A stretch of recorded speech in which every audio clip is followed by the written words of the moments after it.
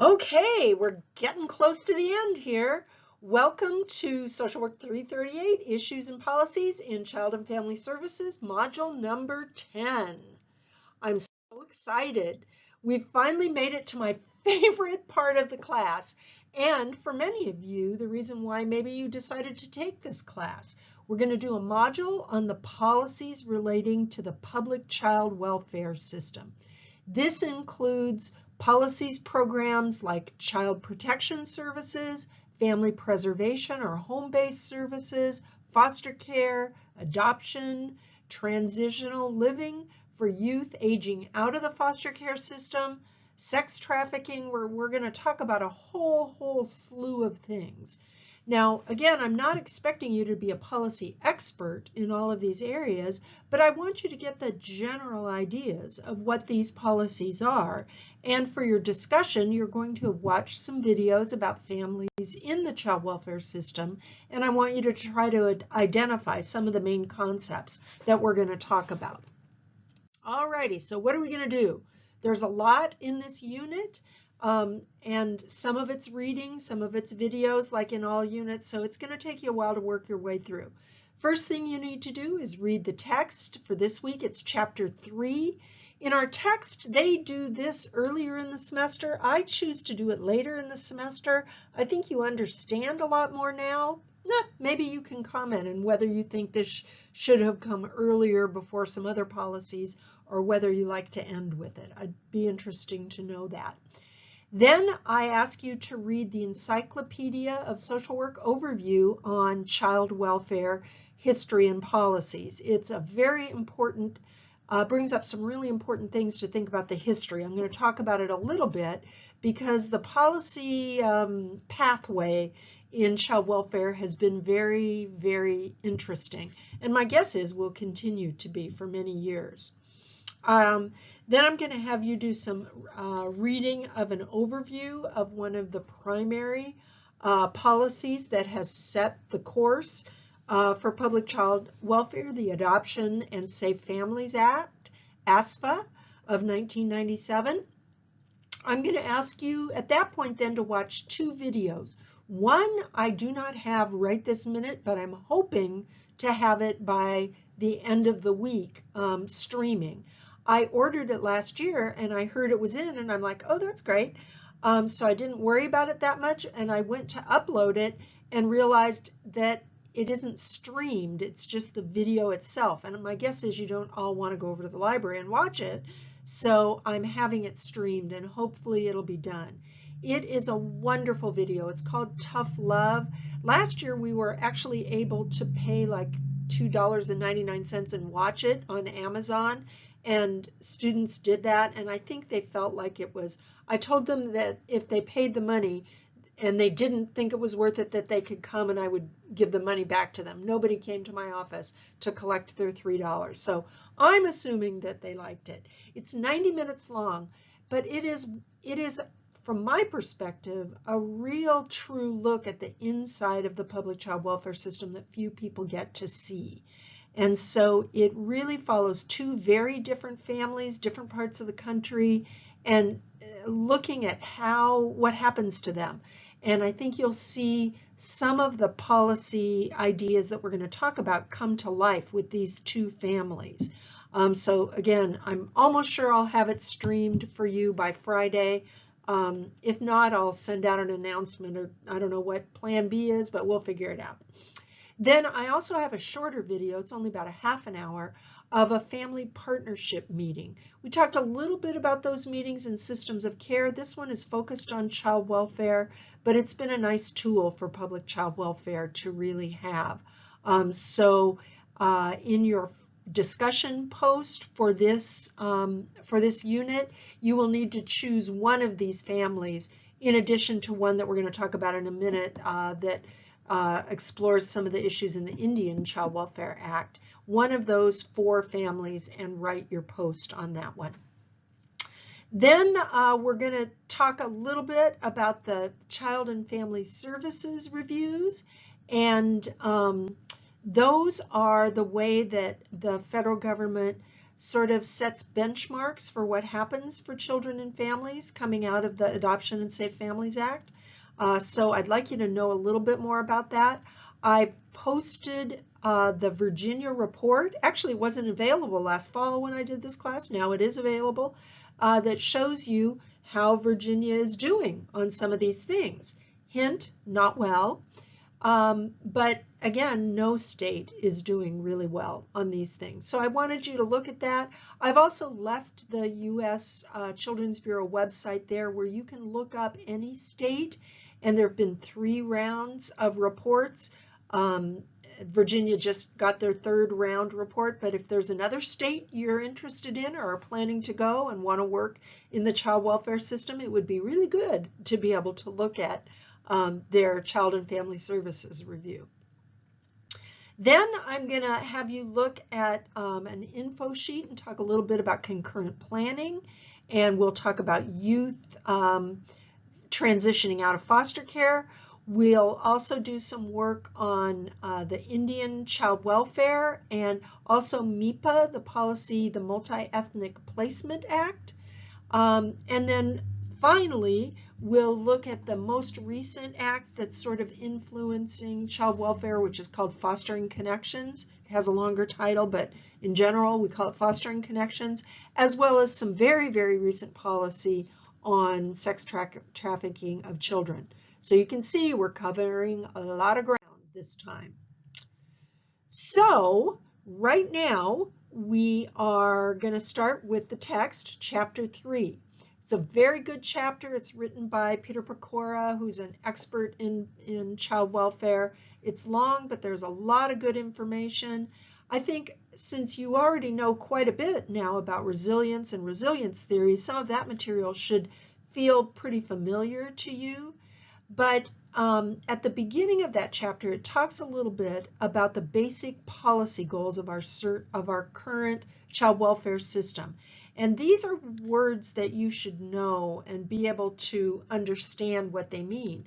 And at different times, we've emphasized different parts of these goals. Right now, the recent policy talks about meeting all 3 of them. But the first one is safety, making sure we respond to child abuse and neglect. And keeping kids safe is obviously something really important to public child welfare. But in addition to safety, we also have to think about a child's permanence. Children don't do well when they bounce from place to place to place, family to family to family. You saw that a little bit with one of the mental health cases we were talking about with Raina. I think she had 32 foster care homes. Not good, not good. So this idea of permanence came a little bit after safety, when we sort of realized that you can't just pick up a child and put them somewhere and keep them safe. That permanence is really important. And then we realized that in addition to safety and permanence, there's an overall area called child well-being and family well-being. So those policy goals, they're not totally separate from one another, and sometimes they overlap. And hopefully when they come together, they create a very good foundation for children. But sometimes they can be in conflict with each other, and you have to decide, do we need to be honoring safety, or do we honor permanence, or what about well-being? So as I mentioned, when we look at the history of public child welfare, there have been differences at different times when we've honored one over the other. But right now, our public policy goals are working toward a balance of all 3 of those. And the way that we know that is through the expectations of the Child and Family Services reviews. These are things that happen, reviews that happen in all state public child welfare systems. And in your text, they are discussed in Table 3.2, which provides a list of exactly what they are. And each of the 3 big policy goals has 2 outcomes. or it has at least 2 outcomes. Safety has 2, permanency has 2, well-being has 3, and then each of those outcomes have multiple, what they call items. I think indicators is probably a better word, but you know, they didn't ask me, what can I say? To show you how states are managing to demonstrate that they're actually doing and fulfilling these goals of safety, permanence, and well-being. They're the actual evidence behind that. So all states right now are in their 3rd round of these child and family services reviews. No state has even come close to achieving all of these goals and meeting all the benchmarks. It's a little frustrating, and also each year the federal government moves up the benchmark. So even if you met one in the previous review, you may not be meeting it now, because we want to be doing better and better for children. I was lucky enough in Indiana in the 1st round to be an outside reviewer, so I helped to evaluate the state as to how they were doing with these reviews. It's a fascinating process. They randomly pull cases, and reviewers have to ask questions. There are the non-system outcomes, which are the real heart of the Child and Family Services reviews. There are also some systemic outcomes about how the state organizes their services and things that are interesting as well, because that's what allows them to meet these outcomes.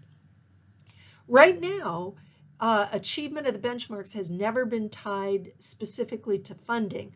Initially, when they brought this out in the early 2000s, there was also kind of hinting that, oh, well, if you don't meet your benchmarks, you might get your funding cut, or if you don't meet your benchmarks, you might get more funding. That has never happened.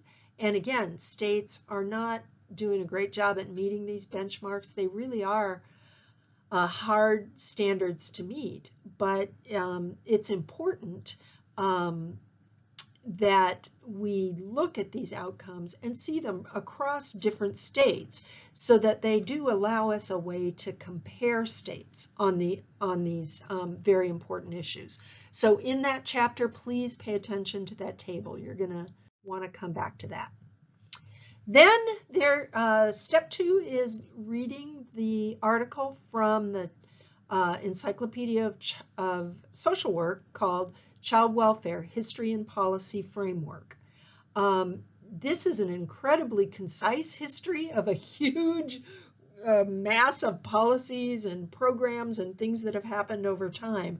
So I think it does a really good job. Many of these policies we're going to go a little more into depth on some of the upcoming websites and topics, but this gives you a very nice overview.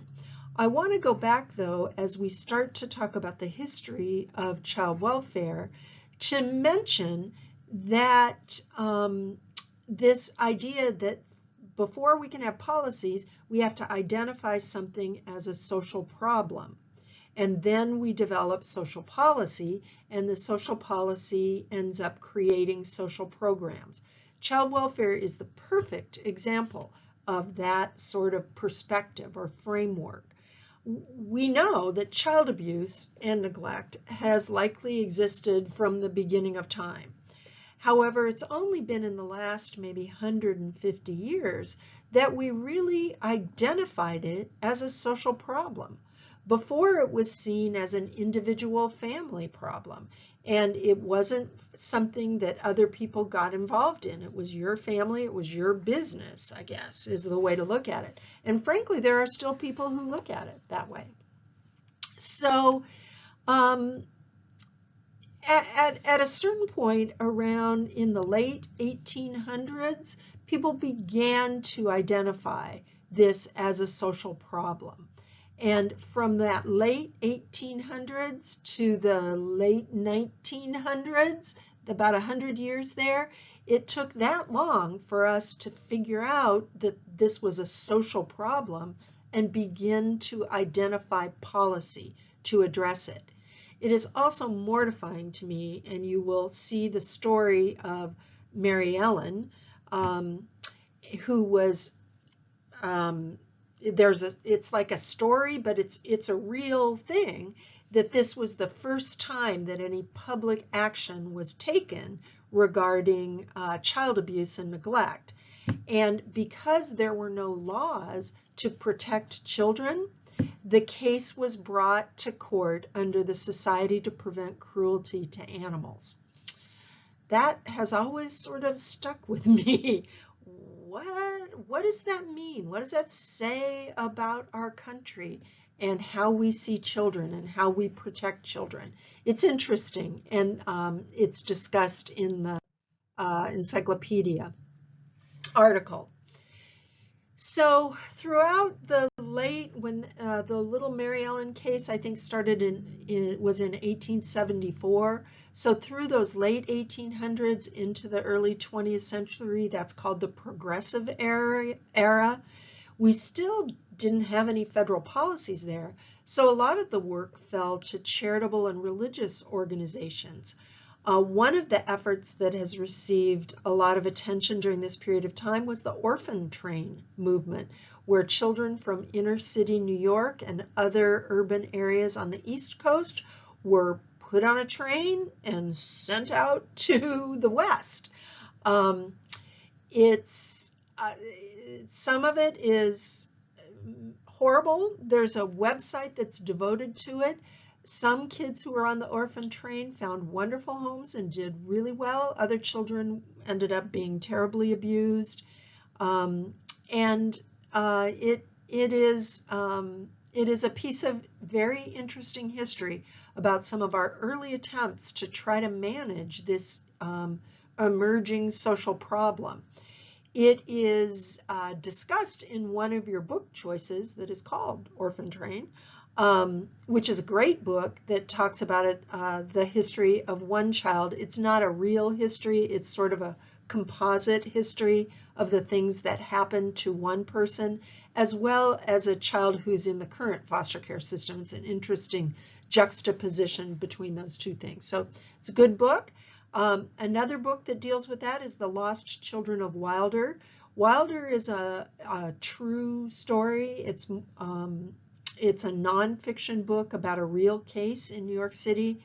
It brings up all of these issues of race and religion and placement in ways that most people don't even think about. It's a challenging book, but if you're interested in public child welfare, it's sort of a must-read.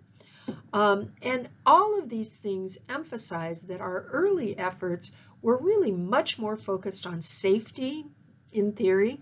It didn't always work, but and we really didn't think about permanence and well-being. Those came down the line. So these early efforts were focused on safety. The United States Children's Bureau, as a federal agency, was developed during this time, but actually it wasn't until 1974 that the first comprehensive federal legislation was passed. It's called the Child Abuse Prevention and Treatment Act, CAPTA, 1974. It required states to review their legal definition, and in order to receive funding, they said that you had to get your state definition to fit broad federal guidelines. It also gave funding to states to develop systems to investigate and respond to child abuse and neglect.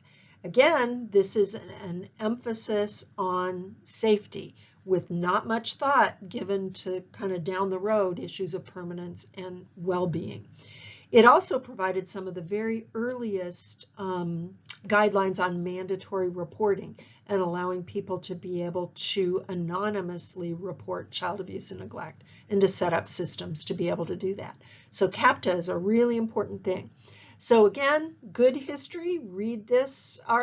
Okay, I think I was able to go back. I had to stop the recording. Hopefully this works. So then after 1974, we had these systems set up. We defined what child abuse and neglect looked like. We set up systems to report child abuse and neglect. We talked a little bit about foster care, and we had some funding to provide for foster care. So we had all these systems up that were looking at safety, and all these kids kept coming into foster care. And at some point we realized that this maybe wasn't a good idea. We'll talk about unintended consequences on down the line. But is this really what we want to do with children? Do we really want to be in the business of taking children away and keeping them from their parents? It's very expensive to care for all these children. And we also realized that there were some downsides of children not being with their permanent families. And so there were various policy efforts in the late 70s and throughout the 1980s that focused on family preservation. And so it funded in-home services, family preservation services, to go in and try to support and provide services to families so that they could get their kids back with them and preserve the family. However, we didn't really quite know that not all families are able to safely care for their children, despite all of the best efforts that we can do in a given time. It isn't too surprising to understand that this period of time was when the crack cocaine epidemic hit hard. I know that we're in the opioid epidemic right now, but I was actually working on the west side of Chicago when crack cocaine was huge. And again, children ended up coming into care a lot. And at that point, there wasn't a lot of good treatment options for crack cocaine. It was a very dangerous and debilitating kind of addiction and caused all kinds of problems for families. And actually, there were quite a few tragedies when we were trying to return children because we could not do that always. We could not always do that safely. Lots of kids were returned safely. So by the 90s, we were realizing that family preservation wasn't the only policy or the only way to go with child welfare. So finally, we came up with this idea of the Adoption and Safe Families Act. And this is the website that you're going to visit. This ASFA established the multiple goals of safety and permanence and well-being, which actually continues to provide the framework for public child welfare today. So I'd like you to review the website, see what's there. Some of the things, and again, I was working as a supervisor and a college professor working with students who were working in the public child welfare system. And one of the things that came as a real shock to all of us were the timelines that were established, because we only had 36 to 48 months to try to return children, or their parental rights would be terminated and the children would be available to foster care. Again, it was a little challenging. I'm not sure that the law was ever implemented fully, and although some children, their parental rights were terminated, we ended up finding some other ways to achieve permanence besides just cutting off those parental bonds and putting them up for adoption. We'll talk in a minute. There are barriers to adoption. Adoption isn't the perfect answer either. So the Adoption and Safe Families is really important, and it's so give that website a look over. Now this is where concurrent planning became a tool for public child welfare people. Because of these fast timelines, we had to figure out how to get these kids into permanent families. So we're trying to work with families toward reunification, providing them services in home, the family preservation model. But at the same time, we know that not all families are going to be able to do this. And we also know that kids need to be with family.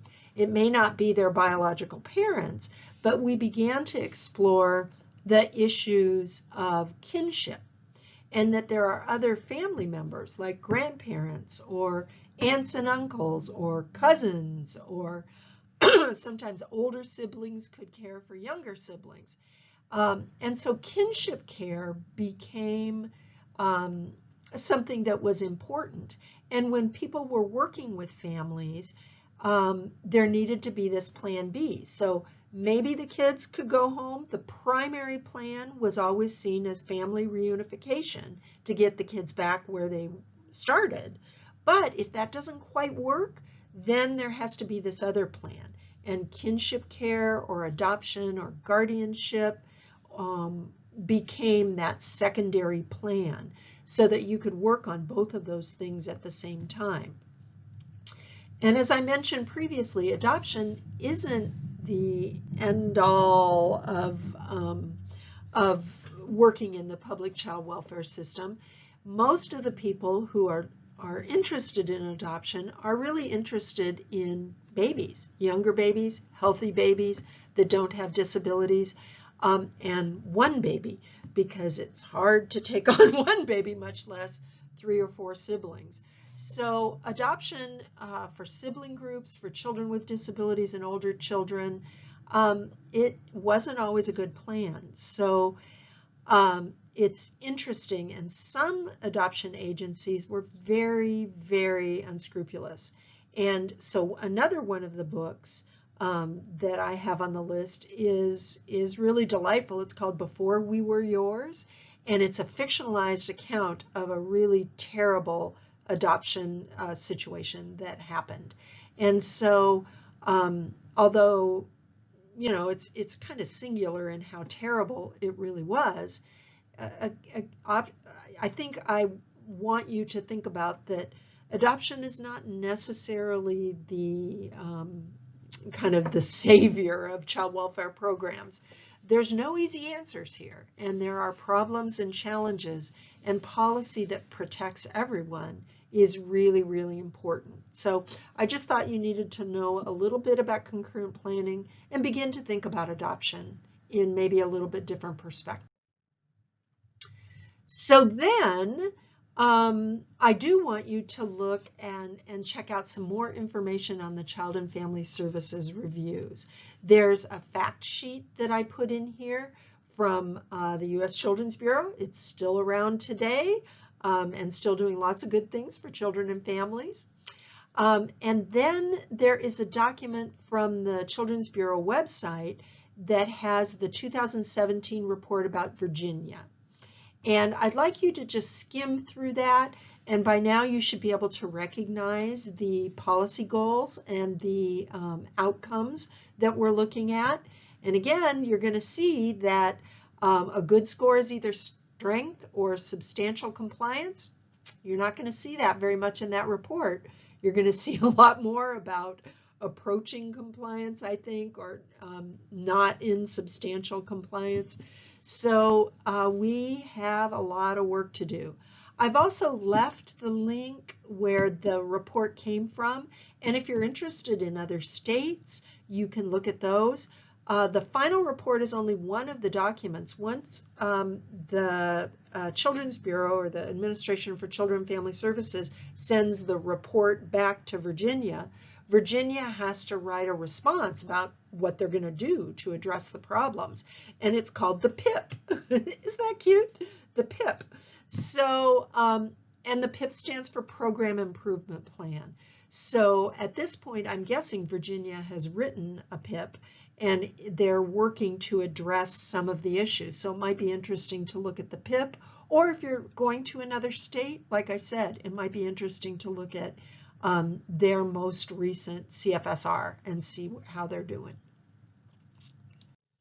Okay, then, so we've been watching all these, or we've been reading about all these policies, learning about things. So I'd like for you to watch a couple of videos of what this really looks like in action. So I've got 2 videos. One is 90 minutes. I talked about this, Tough Love. Hopefully it'll be up and ready to go by the time you're ready to watch it. I really do think it's one of the best videos I've seen that shows what it's really like over time. And the first time I watched it, especially the gentleman with the little girl, I was like, ooh, this is not going to end well. There's some bad stuff happening. So anyway, I will just let you watch it, and I think, like I said, I think it really shows what it looks like from the inside. The second is titled Team Decision Making Involving Family and Community in Child Welfare Decisions. These partnerships are similar to the systems of care meetings that we've already learned about. And I think they came into place to really try to address those time limits that the Adoption and Safe Families Act has put into place, because somehow we had to figure out how to bring people together and get moving on making changes in families. And this is an interesting case that's discussed in this decision-making meeting. It's probably not the most complex child welfare case I've ever seen, but I think it really shows how people can come together and address problems and make real change. And it's nice, and the family, it's called different things, some of them called team decision making. There's a whole literature on family group decision making. Some states call it team unity meetings. But essentially they're doing the same things, and I thought you should take a look at one. So as I mentioned before, you'll be taking one of the families and using that for your discussion for this post. And in a minute we'll talk about the Indian Child Welfare Act, and there's one more video that you can use as well. So I guess I'm having trouble because this is the longest one. Again, it's child welfare. I have a lot to say on this one. If you remember back to the overview on the history of child welfare, there was quite a long section on racial, cultural, ethnic, religious differences and how those are managed in public child welfare. It's a big issue, and as we've learned with lots of other issues with children and families, our systems don't always manage that issue very well. It also highlights the fact that so many of these policies, it's like alphabet soup. So here we have CWLA brief on MIPA. People use a lot of acronyms for these policies, and they really do. If you're embroiled in the public child welfare system, working as a case manager, as a supervisor, you will have to learn all of these acronyms and what they mean. But the Child Welfare League of America, some of you may have gone to their website at the very beginning to look about policies. It is one, if not the premier policy advocacy organization in the U.S.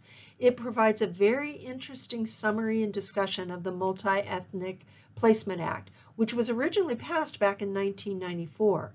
This has been a controversial policy, and I always have strong feelings on things, and I'm not sure how I feel about this one. It's a rough one. And what it says is a child's ethnic or racial background should not be used in making placement decisions. I think that sometimes a child's racial, ethnic, religious background does need to be taken into account. And frankly, in practice, I think it actually does. But there's a whole long history with this bill. But I think the Child Welfare League of America talks a little bit about how to manage some of these challenges.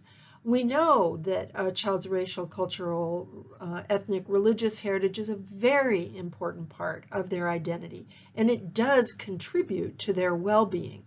MIPA addressed several concerns about how that should be handled for children of color in the child welfare system. Certainly, I do not think it should be used to exclude children from placements.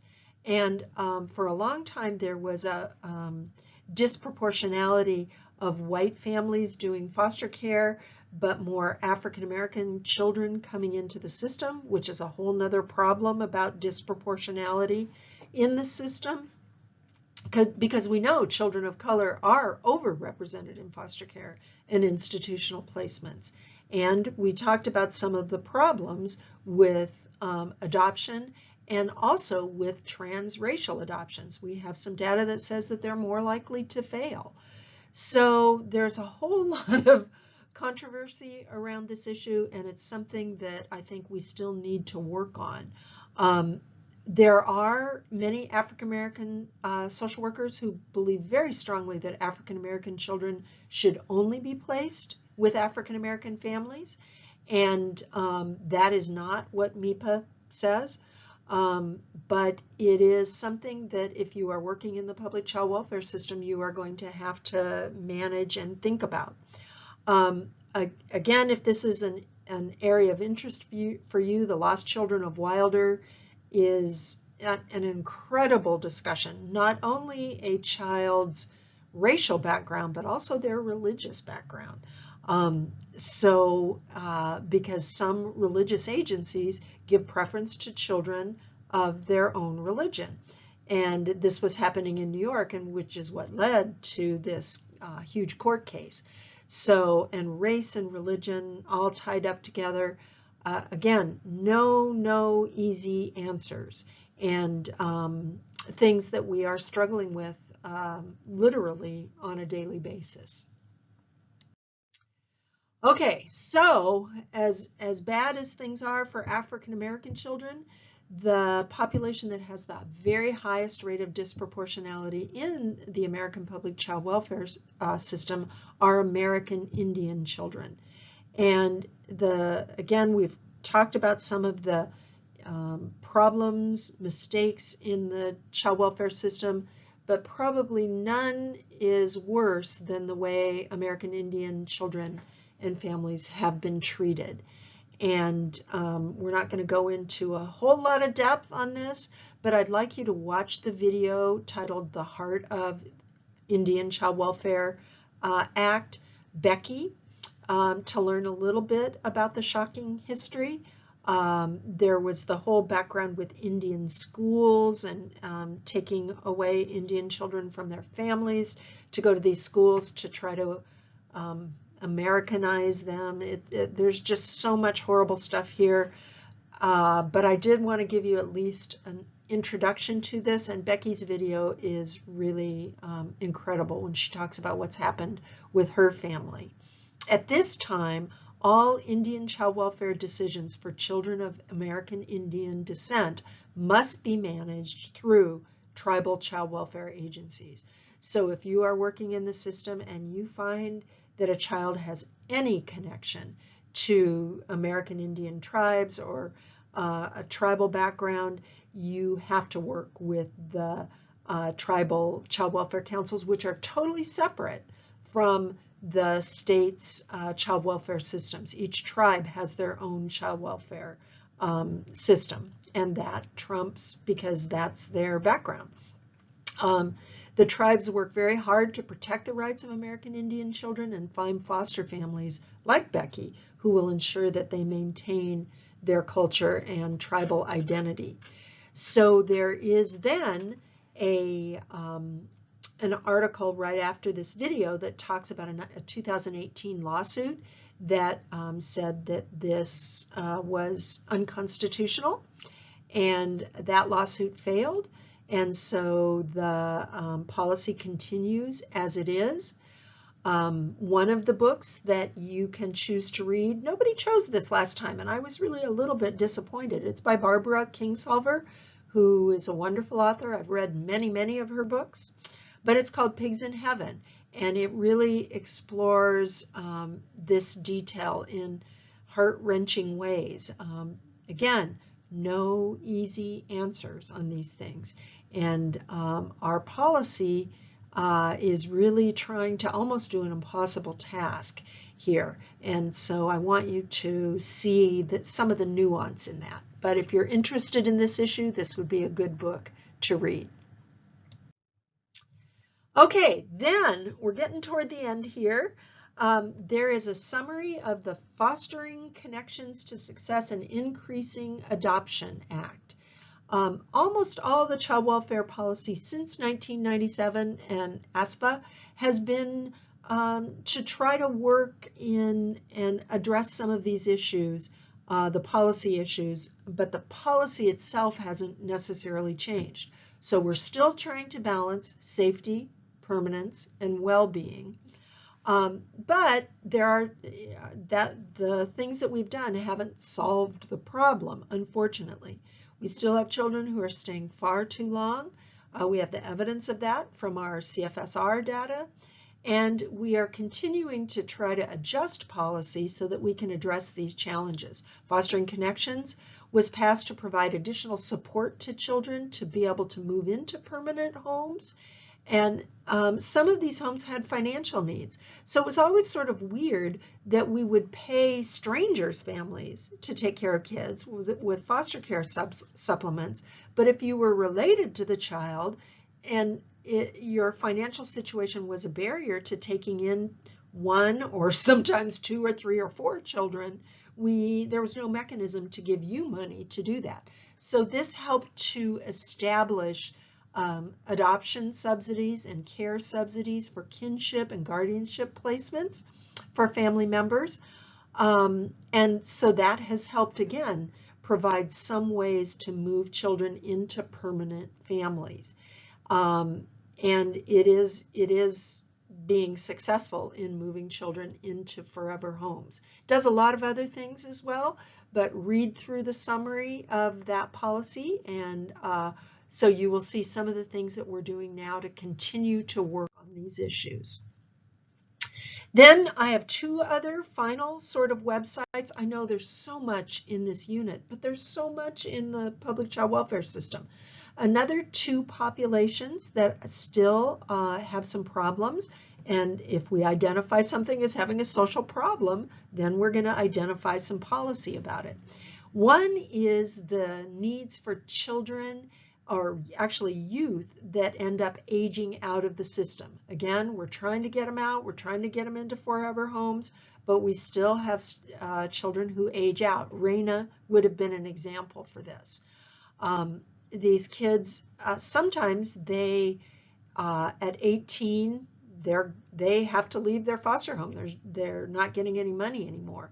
Even if the foster parents want them to stay, sometimes the kids are just so sick of being in the system that they want to get out, even if they don't have a good plan for how to do that. So, and we've done research on these kids who do age out of foster care, and it is a very, very sad situation.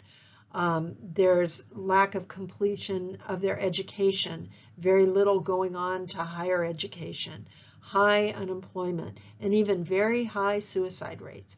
It's bad for kids who age out of foster care. So beginning in 1999, the John Chafee Act began to identify this, and we're learning more and more. So there's a great child welfare Gateway article that talks about some of the legislation and how agencies have to put together a plan for transition for kids coming out of foster care so that we can better serve their needs. And sometimes they can stay in foster care until they are 21, and the families can continue to receive payments, and there are some increasingly helpful programs that allow this. Another area that really is just emerging is our understanding of child sex trafficking. It's in the news a lot. We're really not even sure how much of this happens. It's tied up with immigration and lots of other kinds of things. There was some initial policy development in 2014. We're really studying to try to identify it and then figure out how we can protect children from the problem. But I always get students who are interested in child sex trafficking, so I want to make sure that I put this in there. And there are now certain things that states need to do when you're a case manager at DSS. There are certain steps that you have to, to take to see whether this is a child sex trafficking case. And I think law enforcement can get involved at a certain point. I think that's all the policy. Goodness knows it is enough. So what are we going to do? You've just looked at a whole bunch of legislation that mandates policies that govern our system. In the agenda, I said that the Adoption and Safe Families Act of 1977 really sets the policy framework for almost all subsequent policy making with those categories of safety, permanence, and well-being, as well as the timelines to address families facing these issues to prevent kids from languishing in foster care or even in kinship care. They're great ideas. They're very positive steps, but the devil is in the details. And when it comes down to specific situations, they can be difficult to fulfill, and sometimes they're even downright in conflict with each other. So I would like you to choose one of the families from the videos. Either there are 2 families in the Tough Love video, there's the family in the team decision making video, or Rebecca and her foster care children, and discuss the goals of safety, permanence, and well-being as they relate to what happened in one of those cases. So I'd like to hear you talk a little bit about each one of those policy goals and what you saw happening. How did the workers and the families manage the pressures that these policies place in solving big challenges? Did the policies support everyone in addressing resilience in the families? What evidence did you see of acknowledging risk, but also building on protective factors? So coming back to that resilience theory and seeing how that relates to this. Then I'd like you to state 2 additional policies that dictate how child welfare is practiced that were present in the case you selected. You can use, in fact, you must use the sources from the unit I provided to help identify those policies. Could be concurrent planning, could be kinship care, family team meetings, adoption assistance, the Indian Child Welfare Act, MIPA. How did these families demonstrate positive and or negative impacts of these policies in action? So hopefully that will be interesting for you to think about. And then, like all posts, please read 2 others' posts and comments on the similarities and differences between the case you chose and people that chose other cases. I'm going to allow you to not hand this in until Monday, which is, can't see the date, it's December 7th. And then your next discussion is going to be due on December 9th. But the next discussion is really, really short. Oh, I just noticed this is discussion post for Module 10. That's a mistake. I'm sorry, Module 10. The discussion should be right. So I think that's about it. Thank you. You guys have been great in your discussion posts. I just started looking at the ones for number 8, and those were really interesting. And I can't wait to read those as well as this one. And then I will really look forward to seeing your final paper for the class. So thanks for all your good work, and I hope you enjoy this module. Take care. Bye-bye.